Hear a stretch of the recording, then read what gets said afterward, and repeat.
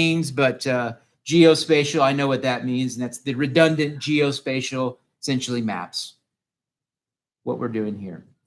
So I just want to encourage you that we might not be big and bad here in our department. There are a lot of opportunities in this state. All right, let's get to exercise 3 so I can go to my meeting. All right, so for this particular exercise, it takes and applies stuff that's described in Module 3. So Module 3 focuses on scale and generalization. Scale, in this sense, not the kind of the map scale that we've been talking about beforehand. In this sense, it's just think of it as level of zoom. You know, in the 1990s, zoom really wasn't a common word that we were using to describe things, but now it's, yeah, we know it. It's zoom in, zoom out. So all we're doing is we're just thinking about, as we zoom in and zoom out, what do we keep? What do we take away? What do we want to exaggerate? What do we want to emphasize? And of course, all that relates to what is our objective? What are we trying to map? And so I'm going to kind of lead us here as we go through this exercise. But the last part, it is a bit of choose your own adventure. It's a bit of, okay, you kind of determine what things you think should be included, what you think should not be included. This is also where you can play around with the order of things in the contents pane, making sure you logically put things in right order. And you can also change, of course, colors, although we haven't learned too much about color yet. You can start using colors as well. And then, of course, they all make different individual maps that will then later on hopefully critique either you or me critiquing all together. All right, so we got Indiana. We're going to have the first map, which will be at the state level, essentially. And then the second map that we're turning in, we're zooming in to Marion County. And so we have different things we want to show. For example, if we have the entire state of Indiana, the neighborhoods of Indianapolis are pointless. We don't want it. It's useless. We keep it out of the map. However, if we zoom in to Marion County, now all those rural towns, it doesn't matter. We're zooming in just the stuff that matters, just the stuff around Marion County, just to kind of get our minds as far as where we're going in case you haven't seen Module 3 yet. All right, so we're going to do the quick and easy way to get data. So I've been teaching kind of the harder way to go find data by actually downloading files, unzipping them, scratching our back, and then somehow getting to them and finding them. Now we're just going to go straight to the portal. All right, so cleverly title our, well, I got to go up here. Sorry, I got to click a map. And we're going to cleverly title it exercise _3.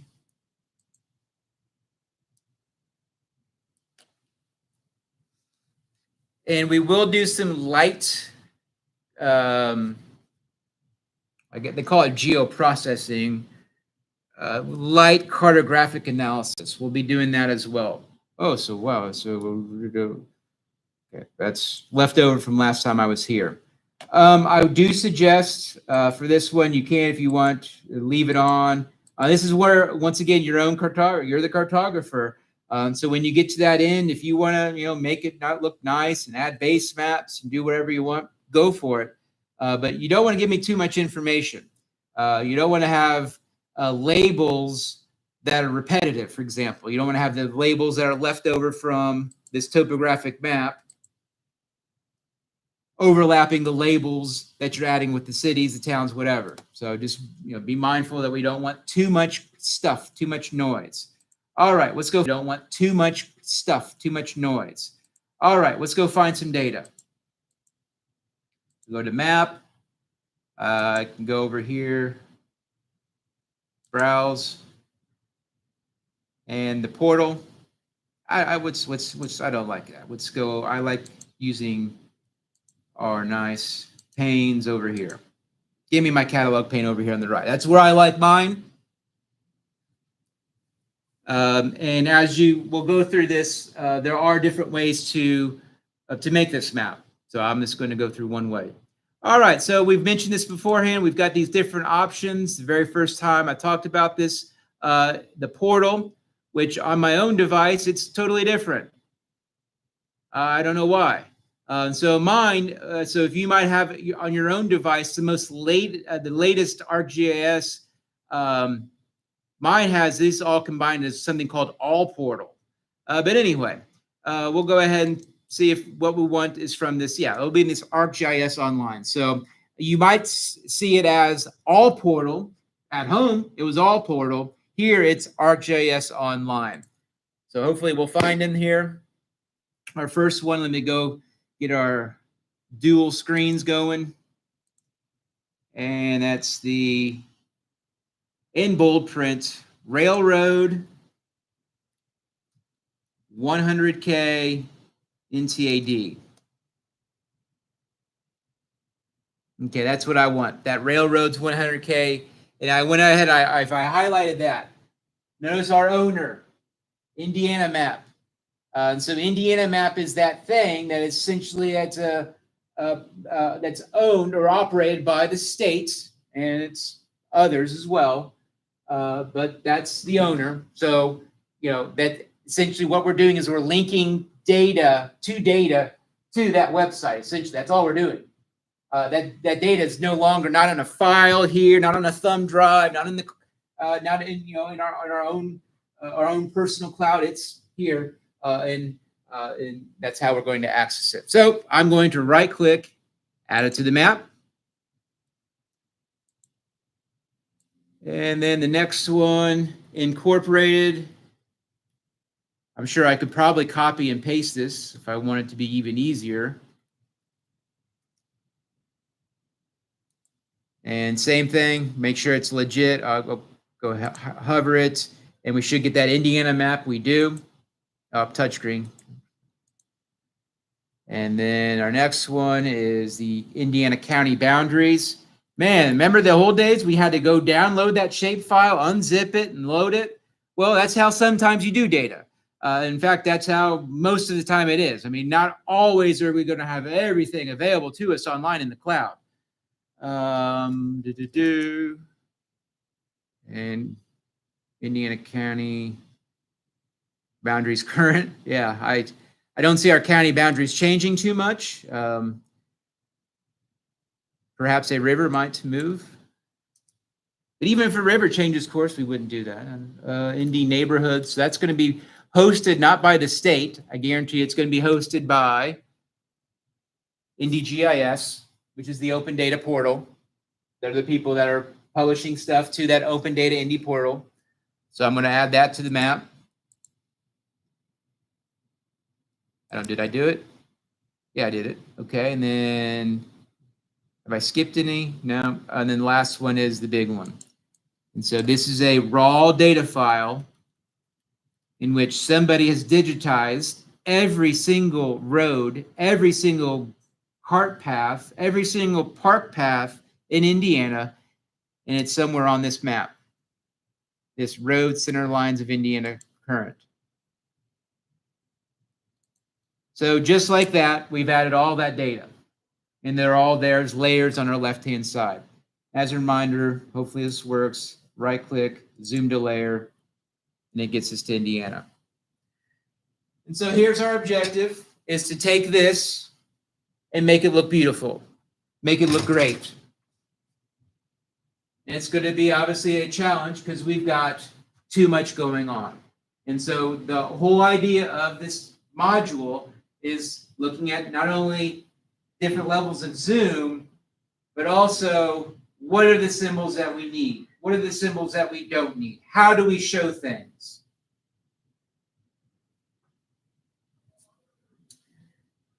Now, if you'll see on the bottom right, this spinning thing, so that's let us know that the ArcGIS, our robot is still working, and then we need to calm our robot selves down. But I can't, and so because I can't calm myself, I'm just going to check it. So oftentimes when you have something that's taken forever to load, just uncheck it in the contents pane. It's still there. It's not going anywhere. It's just we're not waiting for the robot to draw all of those stinking lines. Way too many lines, which gets us to our first step. So the first thing we have to do is we have to massage the data.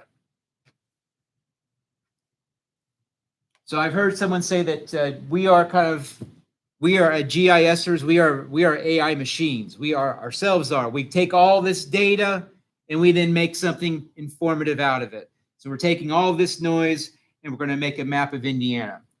All right. So the road center lines of Indiana, we got too many of them. I don't need to know if I'm looking at kind of at the state level of Indiana. I don't need to know every single cart path. I don't need to know where your driveway is. That doesn't need to be shown on the map. All I need to know are where are the major roads. As you go back to the instructions, the thing is it says just major roads only, and it says two major roads in particular: interstates and state roads. So those are the only two types of roads that we want out of all of those various roads. So how are we going to do that? Well, we actually have already done this before, but we're just going to do it in a little bit different way.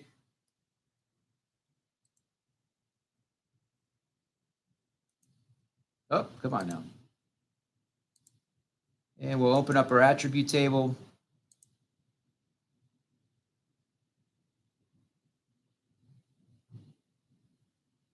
And we're going to select by attributes. Oh, I forgot to. Why did I open up the table? Because I want us to look at it. You'll see the street name. The street name here, pre-type. That's a funky name. I get street name pre-type, but that's where we're going to find the road type. So I want to then, using the same techniques we've used beforehand, I want to take this table and say, okay, this table, just select the ones in which the street name pre-type is the two that we want: state road and interstates. Now let's go back to our select by attributes. Okay, so it's going to make sure the road center lines, okay, and it's going to make it, new selection. It's going to turn them teal, where once again, that weird state name pre-type is equal to, and look, all these different options we got. We just want those two: interstate, add the clause, or, because I want them both to be selected. So or, and down to state road.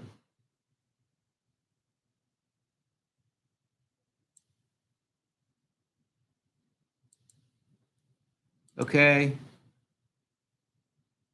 And let's now take that, right click on that layer, that roads layer, take that selection. I want to make a layer from it. And it should be now there. Of course, it's the same color, so we can't see it, but they're there. And I now want to clear. Go up here and hit this clear button. So I went back to map and clear. Like a NASCAR spotter. Clear high. No NASCAR fans maybe. I cleared it.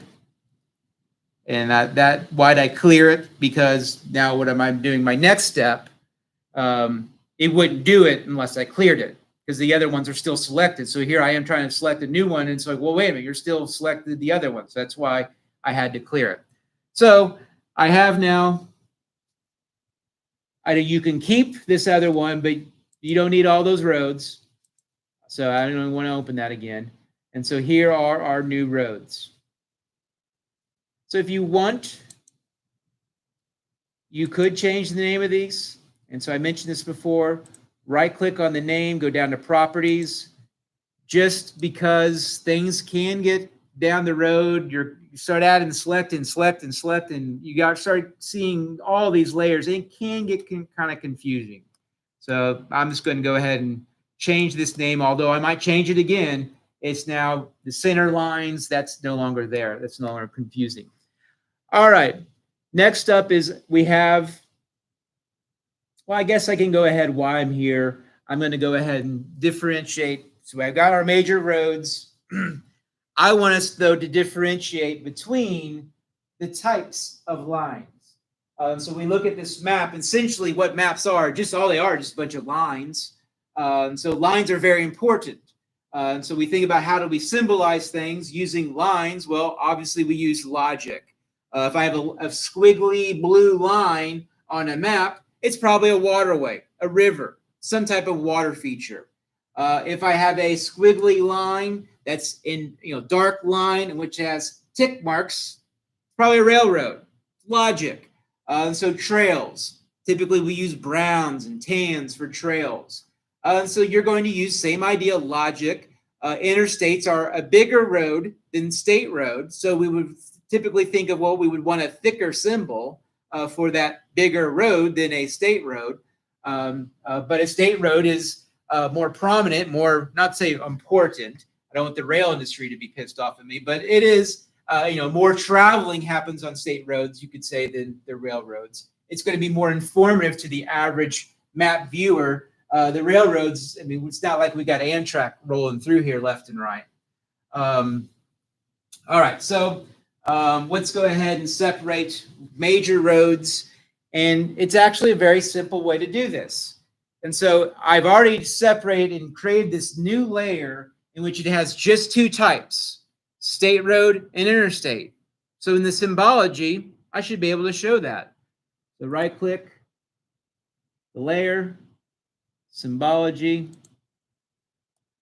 And this time we want unique values based off of that type, that weird name. And it's probably going to ask me if I want all the values. I'm going to say yes. Yep, I want them all. Even though I know they're going to. So why are they all there? Did I do the wrong one? Oh, they're not there. Okay. Okay. But why are they all showing?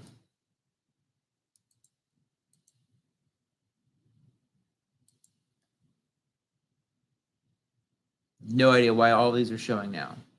Anyway. So now I got to go in. I got to find interstate. Oh. Why would they do that? Just because I changed the name of the layer? That's this ArcGIS. It's so them. Anyhow. So down here is our interstate, which you can then click on it. And this might actually be different for you. It actually might not have all of them there. And then I can change it to that. Now, if you look very closely, I'm going to zoom in. And you probably can see it from your, notice how I zoomed in, the line changed. But notice how it's in a bunch of segments. And so something to keep in mind, yeah, I do like this highway, that's the default, but it's transparent. And if I have transparent with a solid outline, it's going to create this jaded kind of this, this where it's kind of looks like a bunch of segments.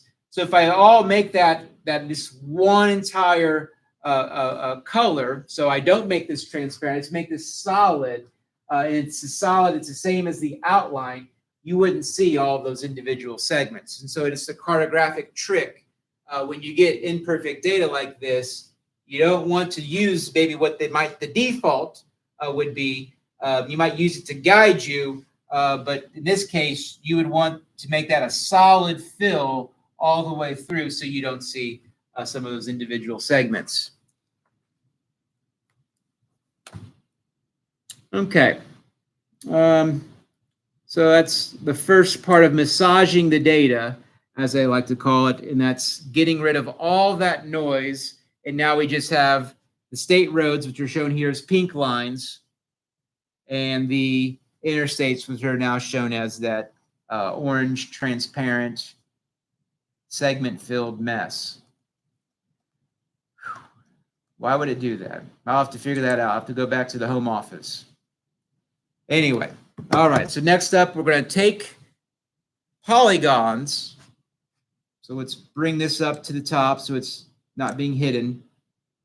Let's turn off the other ones. we want to turn these polygons. And so these are all the boundaries of all the various cities and towns of Indiana. So this is all of them, and they're shown as individual polygons that show the boundaries. So a whole lot of weird annexation happening across our state. But the objective of this is to say, okay, that's great and all, but we don't want to see that. We want two things. First off, we only want the ones that have a population of 50,000 people or more. That's the first thing. You just want 50,000 more people. And so we know that's going to eliminate a lot of these various pieces of the puzzle. There's random fragments across the state. Secondly, we want to turn these polygons, these weird shapes, into dots. So those dots, essentially what it does is it takes that polygon, that feature, and turns it into just a dot. So no longer does the area so much matter. All that matters is its location. So what it does is this is centroid, and so wherever that particular shape might be, it'll just put a dot in the center of it. And so that's our objective here in terms of massaging the data, making this map look a little nicer is, okay, we got this raw data, and it's going to be great for helping us sort and find the top, the ones above 50,000. But to make it cleaner, we just want dots. The average person, especially at the state level, doesn't need to know the boundaries of these small towns from a very high zoom. All right, so this is where we're going to be our first foyer into the analysis and geoprocessing tools. So this can be potentially, if you're using IU anywhere, can be where you get bogged down and frozen and all of that.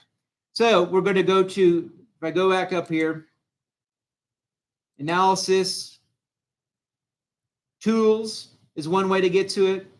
I think I saw it over here as well. Yep. So I can get to it also in the view geoprocessing.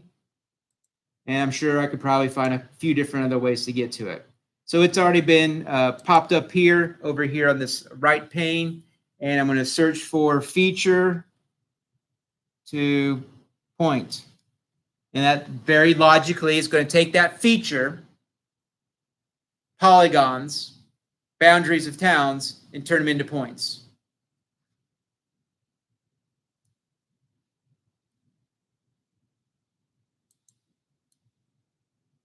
All right, the input feature, the Indiana areas. And here,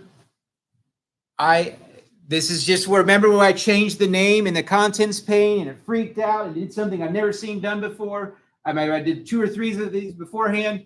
Same idea here. Output feature class. Don't get too crazy. Don't just let it be. Whatever the ArcGIS says, whatever they want to name it, yes, okay, whatever you say. And so I just say run it. Who cares? Don't try to change the name of it and get too cute with it. And notice what it did now is it turned them into all those individual dots. Cool. Let's go take a look at this file. Hopefully it preserved still the data. Where's the attribute table? There it is. And yes, it did. So if I scroll across here, the attribute table, all the data is preserved. Square miles. So in the future, if you're on a future project, we've already done square miles and population to do population density. That's something could be of curiosity, is to see population density across our state in rural and urban areas. We're wanting this right here, estimated population. So once again, several different ways in which I can select attributes and create new data. This one, I'm just going to use the brute force method of just sorting a table. So I'm going to take this estimated population. If I just sort it from largest to smallest, I can quickly pick off those ones that are above 50,000 because they'll be at the top. So I'll be able to quickly pick them all off. So I'm going to go ahead and click on this table heading. I'm right in the front of the map. All right, I'm sorry, online people. So right here, I'm going to click on this estimated population. And then sort descending, not condescending. We wouldn't do that. And then we've got, what's the 887,642 is our biggest. And then we go all the way down to 50 right there. So, oh, just missed it. Sorry. So just missed it, Jeffersonville. So I got Columbus is my first there as far as above 50, right? Yep, 50. And then I'm just going to go all the way up. And what I'm doing here is I'm now holding down the shift button on my keyboard. And I've just now selected those top 50. So that's just by selecting them just in the table. So we can do it by doing the tools or select by attributes, or we can just do this. Same idea. Which I want to take that selection. See, that's the reason why I cleared it beforehand. You wouldn't have been able to do it. So that's why I cleared it. So make sure you clear it if it's not cleared already. And then make a layer from these features. And then those are just our top 50. So now this is as you, the cartographer. You know, if you want to play around and you want to change the symbology, make them bigger based on size, you know how to do that based on proportional symbols. If you wanted to leave the incorporated areas, kind of leave them kind of as a transparent or a more hollow background behind those bigger, more prominent whatever. This is where, you know, you're going to play around and we're all going to get different things and hopefully learn from them as we go. Railroad, I didn't get too much into that. I forgot to talk about that, but we would logically want that to look different than the roads, the center lines, the major roads. And I'm sure they give us ones already for railroad. Yeah. So they already give us ones as options, and you can change the symbology, make the tick marks closer, make the line thicker, and all of that. All right, so that's massaging the data. Let's see where else we're at. Feature deployment, we did that.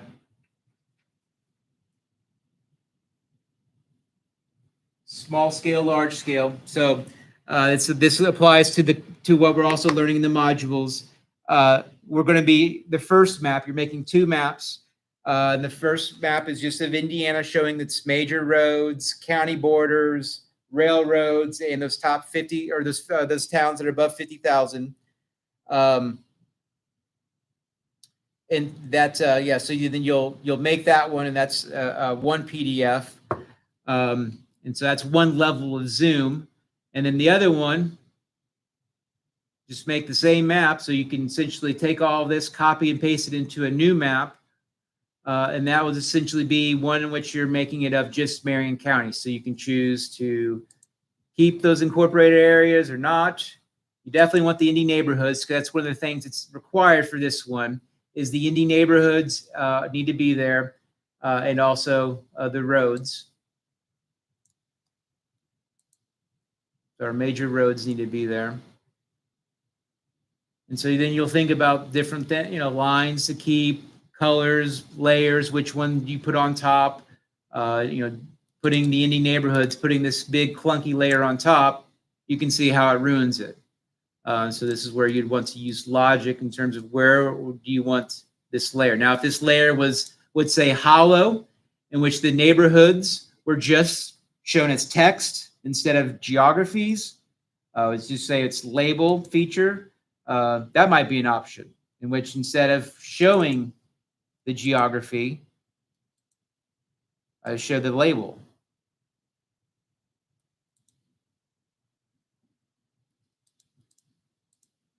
Wherever that might be.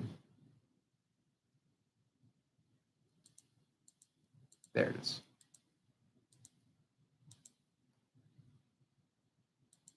What am I missing? I don't know. Oh, there we go. It was there the whole time. It was just hidden underneath that bar. And so right there, I didn't. So that might be something you might want to think about when you're doing the 50 towns. I keep calling 50 towns, the ones that are over 50,000. So you want to label those probably, but you don't want to label all the small towns. Anything else for me on this?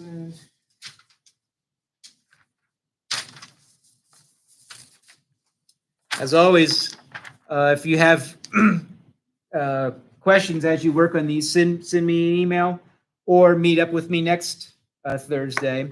Obviously, I have time to do exercise 2 or 1 if you need to. But that's all I've got. Questions, comments, concerns? Yeah. Do you want them Ooh. kind of like how we submitted them last week with the 205 PDF? 2 separate. Okay. 2 separate. Yep. 2 separate maps. So this is going to be 2 separate PDFs. So no magic tricks as far as 2 on 1. Nope. It's 2 separate maps. And the reason why PDFs, I don't get too in the weeds, just PDFs, I can then combine them very easily, and then I can scroll them and then make comments about them, and everyone can see them. That's still why we're doing PDF.